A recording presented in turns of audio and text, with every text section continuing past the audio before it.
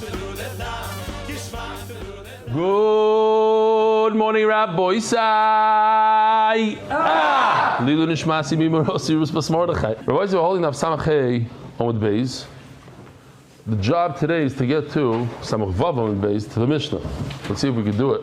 So we learned that one of the differences between Oila and a Chatas is the middle one, like in, what is that, orange, brown, gold. The Oila, you do Malika, you go through the two simanim, the Kan and the Veshet. The Chatas, it says in the Torah, Lo Yavdil, you shouldn't go through the two. So what happens if you do go through the two? So the Mishnah says, it's possible. If you go through the two, you basically, let's call it, you take off its head. That's how we call it. Removing the head, separating the head. It's not necessarily separating the head. It means going through the two simanim rather than the one siman. No good. So loy heiser samura, 3 lines from the top. Masnis and the loy kir belazar Reb Shimon. Reb Shimon by Yochai's son, Reb Elazar, says that it's fine. In other words, this Sanya Omer Reb Elazar Reb Shimon Shamati Shemavdil. I heard Shemavdilim b'chatas oiv, that if you do remove the head of a chatas, it doesn't make it possible. The Torah says you shouldn't do it. Don't do it. But if you went ahead and you were over on it, don't be excited that you're going to get karas. You're not going to get karas. You're not going to get einish. Maybe you will get einish. But the animal itself doesn't have to be thrown out. It can continue being a carbon. That does not go like our Mishnah. So we have to understand why our Mishnah, we'll call our Mishnah Tanakama, and the son of Reb Shimon bar Yochai, they argue. What's the argument?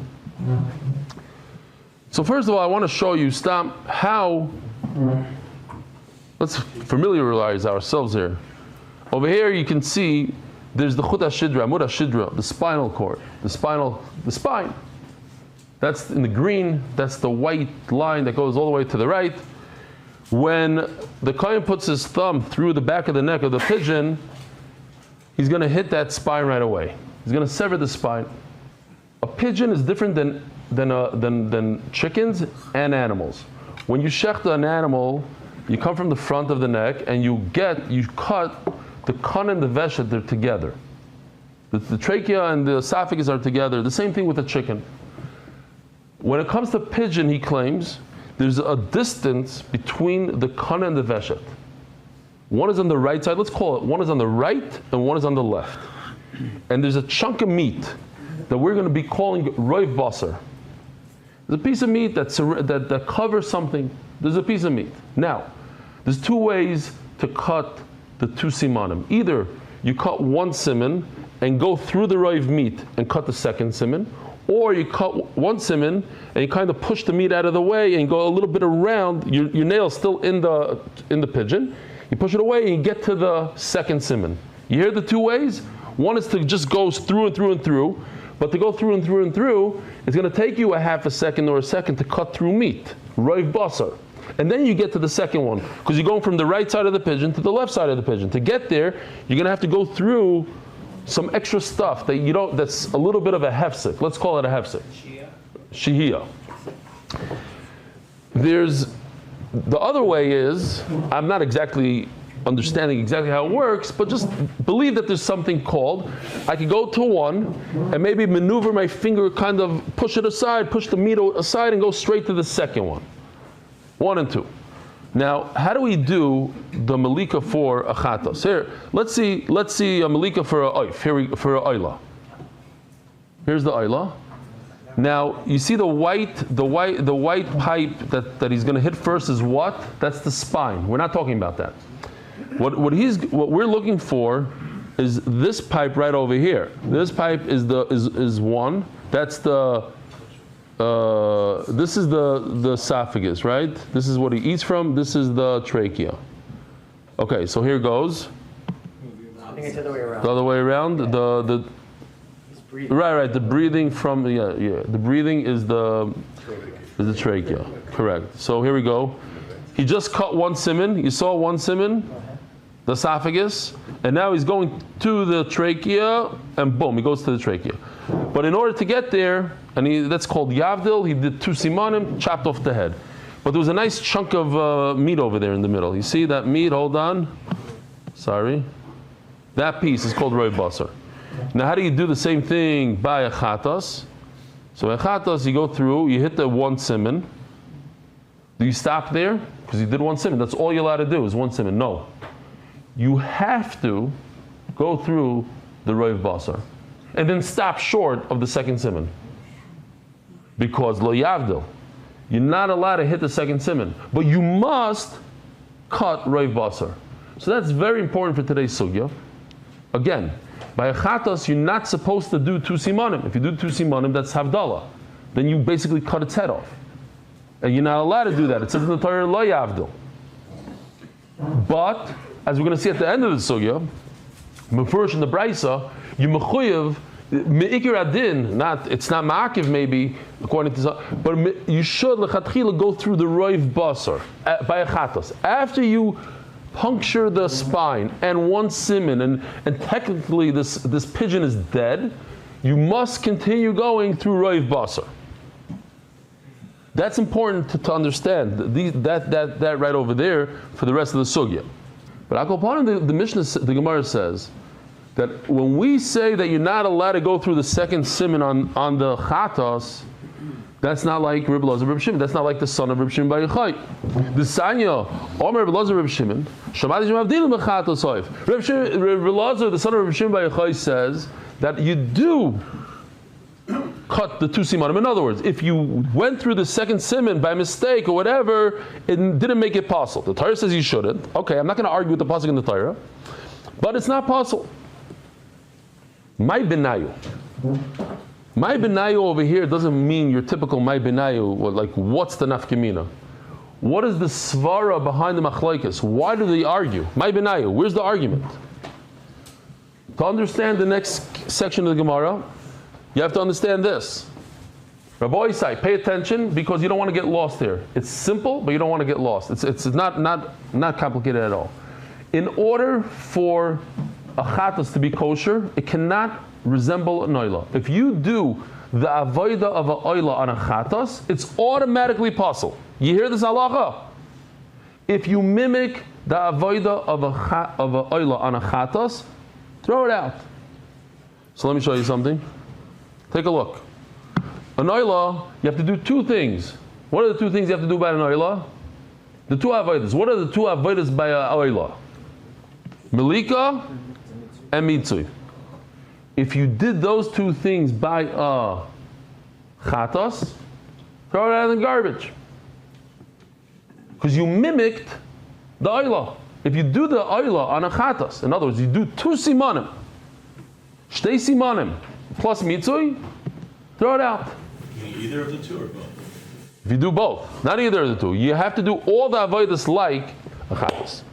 So says the Gemara here, very interesting. This is all we're doing right now in this Amud, basically. The Gemara says, what's the machlokes between the son of Reb Shimon Bar Yochai and the Tanakama? The machlokes is very simple. If what I'm doing, I'm going to give you an option to cut off the head, but you make sure that you're not like an oila. You're allowed to cut off the head as long as you're not like an oila. How could I do a chatas not being like an oila and still cutting off its head? Step 1, I messed up already. I did like an oila. I cut off its head. I did 2 simanim. I have to make sure that step 2 is not like an oila. If I could refrain from doing step 2, then I could cut off its head. Our Mishnah says you cannot cut off the head. Reb Elazar Reb Shimon says you could cut off the head. So I'll explain to you why. Says the Gemara inside. Do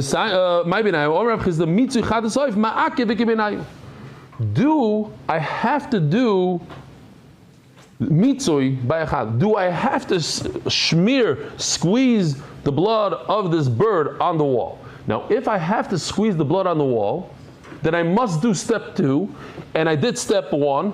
Bam! Automatically, it is puzzle because I did exactly like a oila.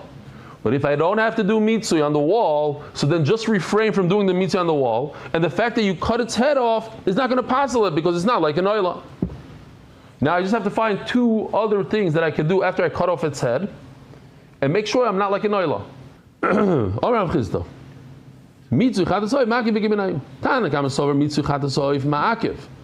Our Mishnah holds that you must do mitzui. If you must do mitzui, I can't say he didn't do mitzui. He knocked off the head, and then he has to go and squeeze the body on the thing. So you're identical to Noila. Identical to Noila, pasul. V'kivin the mitzui dam ka'avid.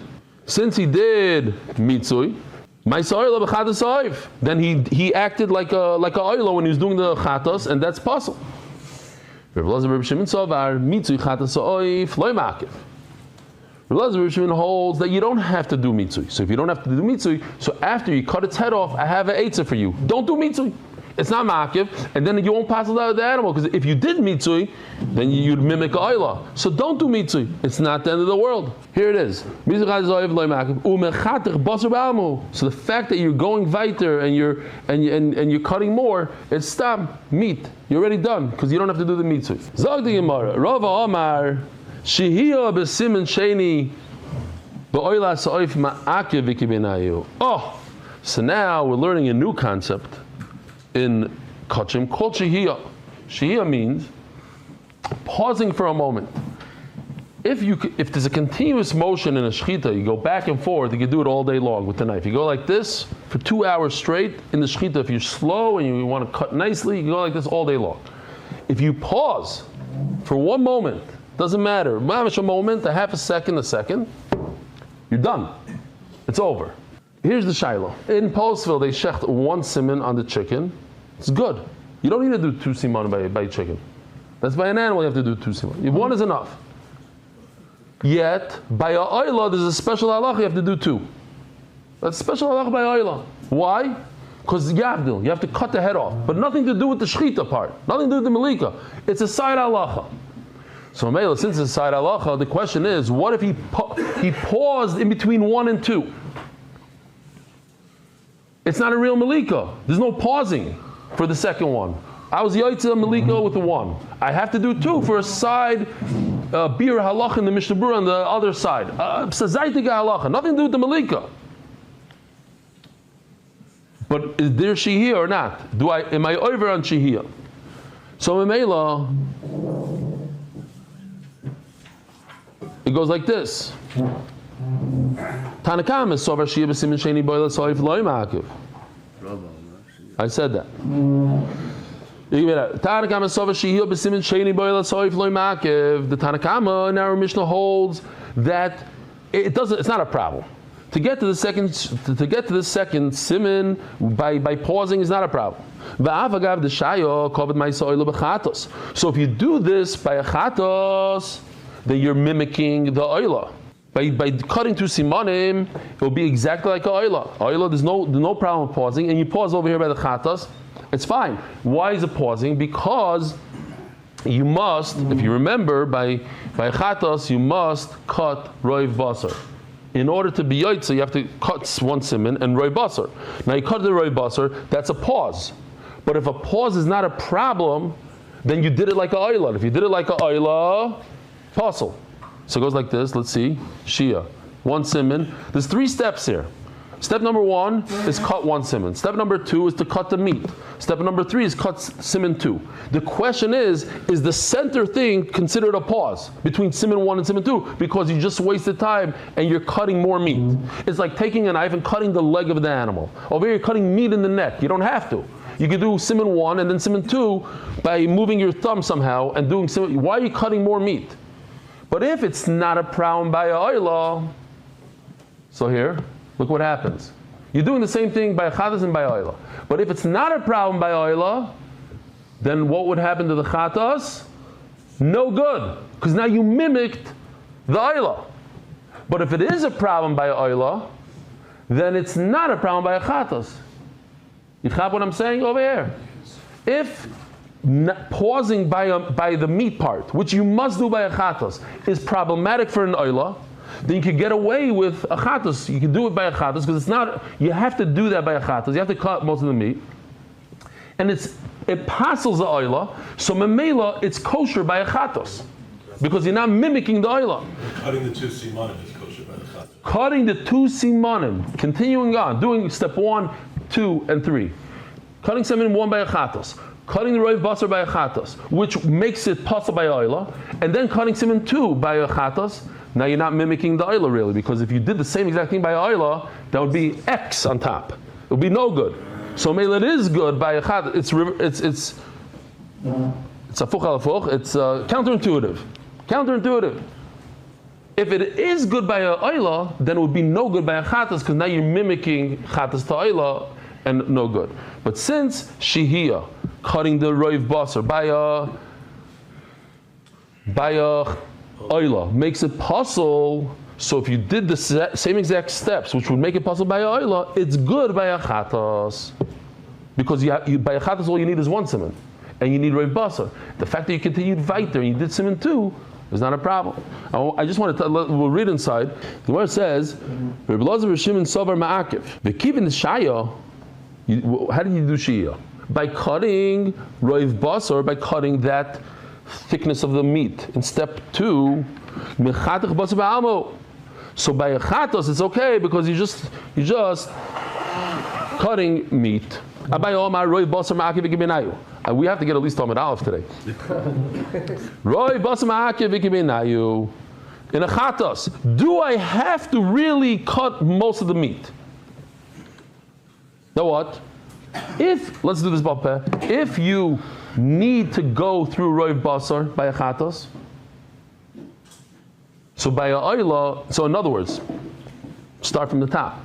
Everybody, according to Abaya, everybody agrees that this cutting through the roiv basar is ma'akiv. That the she is ma'akiv. Everybody agrees it's ma'akiv.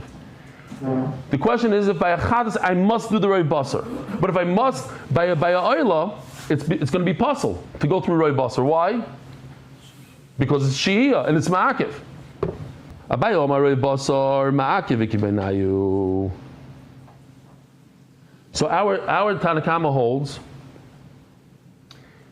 This is like a little piece in Rashi. Rashi says that our Tanakama holds that he'll agree that if he actually didn't do shihiyah, he went around, let's say, it would be kosher.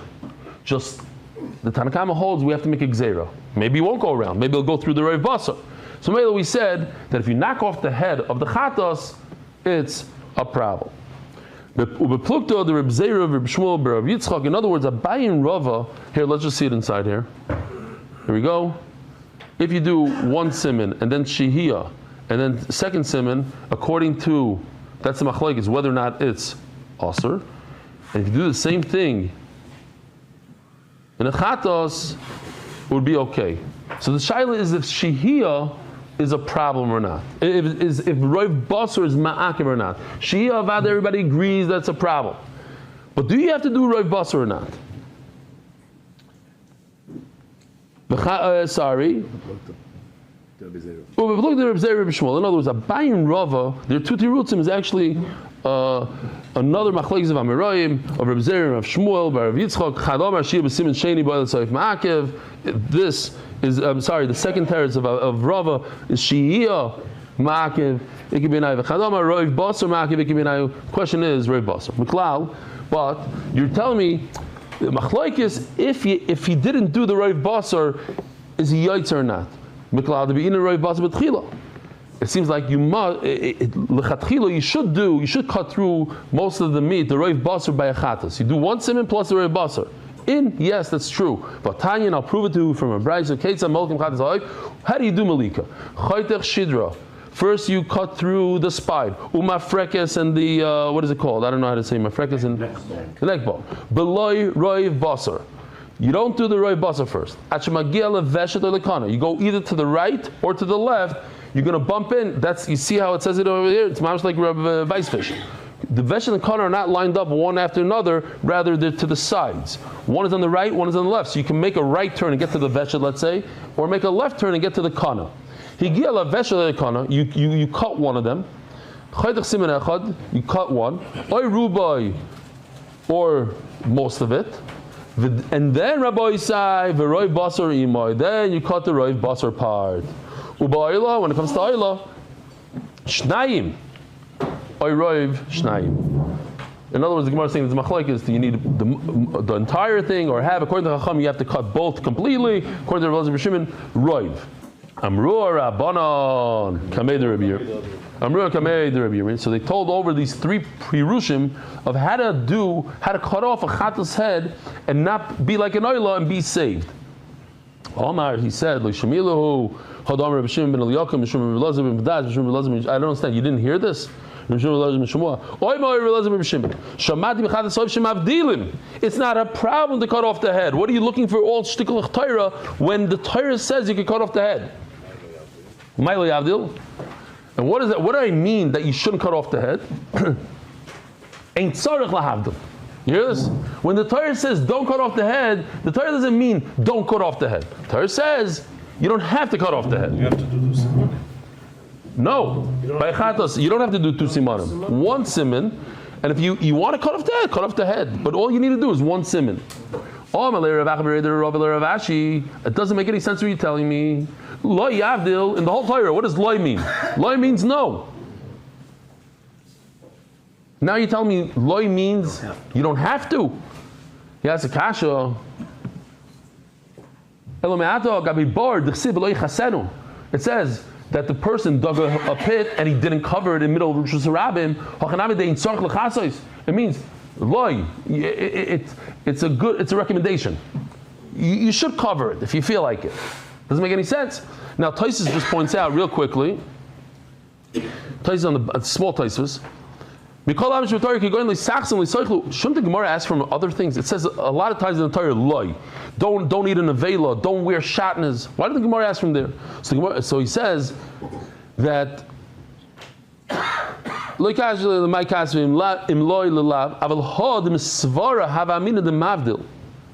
because over here logic tells me I should cut. Cut 2. The more you cut, the better. Yeah? If the animal has 2 simanim, why not give it a quick death? Cut its spine. It's 2 things. Yeah, it's better. No? Peter would love it. So misvara, it's better to cut 2. That's why the Torah says lo yavdil, that I don't have to take away from your svara. In a bar, the svara is what does logic tell me in a pit? That you should cover it. Be a mensch, cover. You made a pit, cover it. So loy chasenu is coming to tell me maybe, like by us, maybe loy chasenu means you don't have to tell me don't wear shadows. There's no logic that you don't wear shadows. There's no logic you shouldn't eat an avela. It's not logic. The Torah says don't eat an avela. But something that has logic, then the Torah says don't do it. Maybe I would think that the Torah is saying it's a recommendation. Says Gemara, what do you bring me a raya from a bar? Hasam kivin t'chsiv bala bar yishaleng. Torah says mefurish that the owner of the bar should pay iloveu derami l'chasuyis. So memela, it's obvious that he has to cover the pit. Yivdach bar, thank you. Yichri bar v'loy chasenu. His v'loy chasenu is going on the person that has to pay. So if you have to pay, obviously it means you have to cover. Aval hacha mirtik siv v'krivay cholak ha'kosav bin chatas soif loy lasoif. Now, lo yavdil lamali. To read it pashut is a little complicated. It doesn't go well, says Rashi. So Rashi has his own pshat. Lo yavdil lamali shma mina ein tzorch lahavdil. So Rashi's pshat is like this, very simple. It says v'krivay. V'krivay means only, it's a limiting. Only this do you have to cut 2 simanim. How do I know v'krivay means they have to cut 2 simanim? Because it says lo yavdil.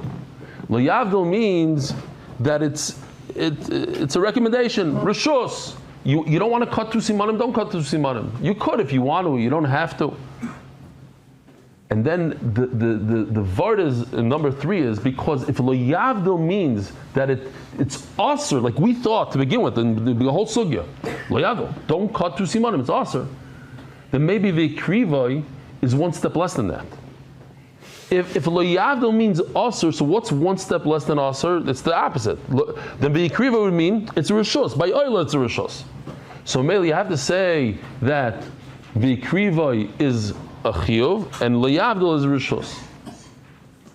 That's why we say lo yavdil by us. Lo yavdil means you could if you want to. Because if it doesn't mean that you want to, then v'krivay means that it's a rishos. Where am I? Oh, mitzvah damagof. Nu sugi rabbi sa. So we said in the Mishnah that if you squeeze out the blood of the body, that's enough. Even though you didn't take out the blood from the head. I would think that if you squeezed the head on the wall, but you didn't do the body, that's okay. Who? What does who mean?